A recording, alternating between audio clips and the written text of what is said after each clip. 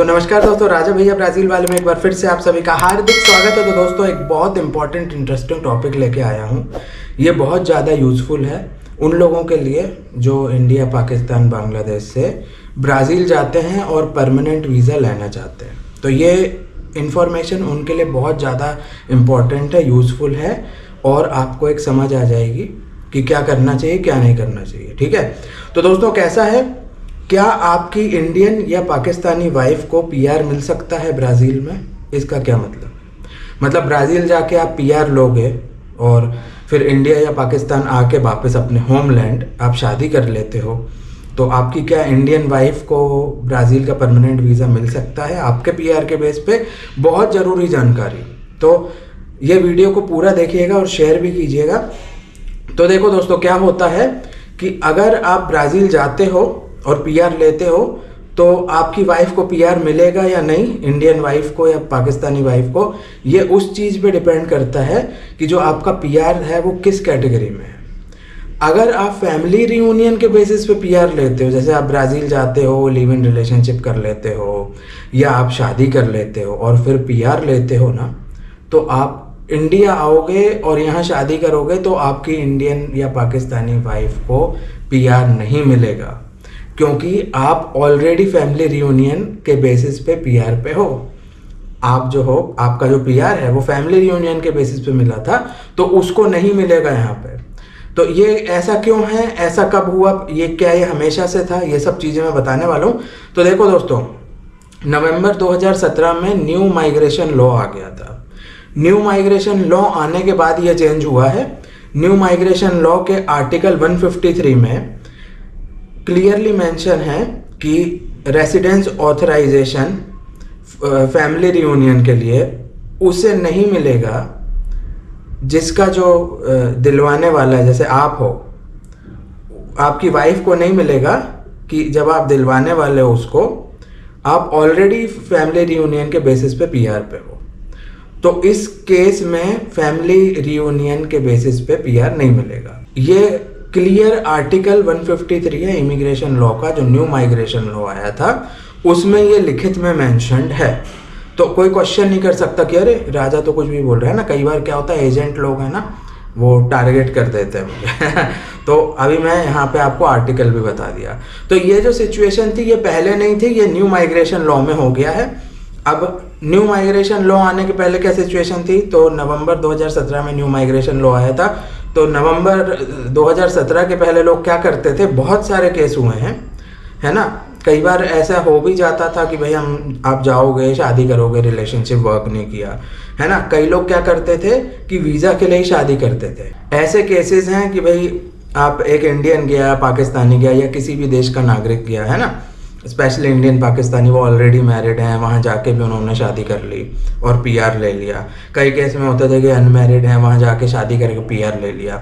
फिर क्या होता था, कुछ सेपरेशन या डाइवोर्स होता था तो वो अपनी होम कंट्री वापस आते थे और इंडिया या पाकिस्तान, और यहाँ से वो शादी करके अपनी वाइफ को पीआर दिलवा देते थे और उसे मिल भी जाता था। तो पहले ये चलता था, ये चीज़ बिल्कुल बंद हो चुकी है अब नहीं मिलेगा। तो ये अगर आप ट्राई करना चाह रहे हैं कि मैं वहाँ जाऊँगा, शादी करके पीआर ले लूँगा और फिर अपनी वाइफ को ले आऊँगा, तो ये बिल्कुल ट्राई मत करना, क्योंकि इसमें क्या होगा, आपका टाइम, मनी, पैसा सब वेस्ट होगा। अगर आपका केस ऐसा है ना कि आपकी वाइफ है ऑलरेडी, है ना, अगर ऐसा कुछ केस है तो फिर आप वाइफ को लेके पहले ही चले जाओ वहाँ। आप समझ रहे हो, पहले से ही कुछ और प्लान कर लो, है ना। या फिर कोई और कैटेगरी में आप वीज़ा देख सकते हो, इन्वेस्टर वीज़ा है, इन्वेस्टमेंट करने पे भी वीज़ा मिलता है ना। तो ये चीज़ होती है। अगर आप ब्राज़ील का पीआर भी चाह रहे हैं तो बिल्कुल मिल सकता है आपको। लीगल वेज है, इन्वेस्टर वीज़ा है, गोल्डन वीज़ा है, वो तो टोटली लीगल है। आप वहाँ जाके इन्वेस्टमेंट करोगे तो वीज़ा मिल जाएगा, कई कंट्रीज़ देती हैं।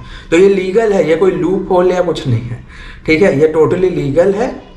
अगर आप वहाँ इन्वेस्टमेंट करते हो, आपके इन्वेस्टमेंट से कुछ इनकम जनरेट हो रही है ना, आपने कुछ बिजनेस खोल दिया, आप वहाँ के लोगों को एम्प्लॉयमेंट दे रहे हो, तो आपको 2 साल का पीआर मिल जाएगा, है ना। फिर 2 साल के बाद वो शायद और 2 साल का मिल सकता है, या फिर और ज़्यादा भी मिल सकता है, 9 साल का। तो ये जो कैटेगरी होगी, जो उसकी पॉलिसी होगी, वो अलग है। फिर गोल्डन वीज़ा होता है। गोल्डन वीज़ा में भी ऐसे ये 1.5 करोड़ आप इन्वेस्टमेंट करके प्रॉपर्टी ले लो तो आपको वहाँ का मिल जाता है पीआर। तो ये सब चीज़ें हैं, तो ये सब लीगल हैं बिल्कुल। अगर कोई जाना चाहता है, मूव होना चाहता है, पैसे हैं, तो इन्वेस्टमेंट भी कर सकते हो, गोल्डन वीज़ा भी ले सकते हो। तो ऐसा आप कुछ कर सकते हो। फिर वो होता है ना कि रिसर्चर होते हैं जो पीएचडी कर रहे हो, तो रिसर्चर्स को भी पीआर मिलता है। अभी कुछ मैंने ऐसे केस देखे कि रिसर्च वाली कैटेगरी को भी वो स्टूडेंट में डाल देते हैं और 1-2 साल का वीज़ा रिन्यू होता है। मतलब रिसर्चर को भी, वो पीएचडी वालों को भी परमानेंट वीज़ा नहीं मिलता कई बार। तो ऐसा कुछ है, तो डिपेंड करता है यूनिवर्सिटी टू यूनिवर्सिटी। तो आपको मैंने पहले ही बता दिया कि अगर आप ऐसा सोच रहे हो तो पॉसिबल नहीं होगा। तो आप जो भी कदम उठाते हो सोच समझ के उठाओ। अगर वहाँ जाके आपको शादी भी करनी है, अगर रिलेशनशिप ट्रू है, सच्चा प्यार है, तो आप कर सकते हो, है ना। लेकिन फिर ऐसा नहीं कि भाई हमने वहाँ शादी से हमारा तलाक हो गया, फिर हम यहाँ से शादी करके वाइफ लेंगे, ऐसा नहीं हो पाएगा फिर। तो फैमिली रियूनियन के बेसिस पे आप अपनी वाइफ को नहीं दिला सकते। तो ये सब चीज़ें आपको ध्यान रखनी पड़ेगी। तो पहले जैसे मैंने बताया, ऐसे केस होते थे और ऐसे केस रिपोर्ट हुए हैं कि भाई सेपरेशन हुआ, फिर इंडियन पाकिस्तानी वापस आया, यहाँ से शादी करके अपनी वाइफ को ले गया। ऐसे केसेस रिपोर्ट हुए हैं। तो मे भी उन्होंने, जब न्यू माइग्रेशन लॉ ला रहे होंगे, चेंजेस कर रहे होंगे, तो ये भी एक कंडीशन ले आए वो। तो कंडीशन जेन्युइन है, वैलिड है, कोई इशू नहीं है ना। क्योंकि फैमिली रियूनियन के बेसिस पे अगर आप ले रहे हो पीआर, तो फिर यहाँ से फिर शादी करने की क्या ज़रूरत है ऐसा। या अगर आप यहाँ ऑलरेडी मैरिड हो तो फिर वहाँ जाके शादी करने की क्या ज़रूरत है। तो ये सब चीज़ें हैं, ये थोड़ी बहुत चीज़ें आपको फॉलो करनी पड़ेंगी। तो भाइयों बहनों, ये इन्फॉर्मेशन कैसी लगी कमेंट करके बताइएगा। तो जैसा मैंने बताया, अगर आप इंडियन या पाकिस्तानी वाइफ को ब्राज़ील ले जाना चाहते हैं, तो फिर आपका वीज़ा का जो पीआर का कैटेगरी है वो कुछ और होना चाहिए। उस केसेस में आप आसानी से फिर ले जा सकते हो। जैसे स्टूडेंट वीज़ा है, स्टूडेंट वीज़ा होगा तो उसको स्टूडेंट वीज़ा मिल जाएगा। अगर वर्क वीज़ा होगा तो उसको भी वही मिल जाएगा, है ना। सेम मिल जाता है स्पाउस को। अगर इन्वेस्टर वीज़ा होगा या गोल्डन वीज़ा, तो उसको भी वही मिल जाएगा, सेम कैटेगरी में मिल जाता है। उन कैटेगरी में वो एलिजिबल रहेगी। तो आपको क्या करना है वो आप सोच सकते हैं, देख सकते हैं। जल्दबाजी में बिना सोचे समझे कोई डिसीजन ना ले। कमेंट करके बताइए वीडियो कैसा लगा। वीडियो देखने के लिए बहुत बहुत धन्यवाद। जय हिंद, भारत माता की जय, वंदे मातरम।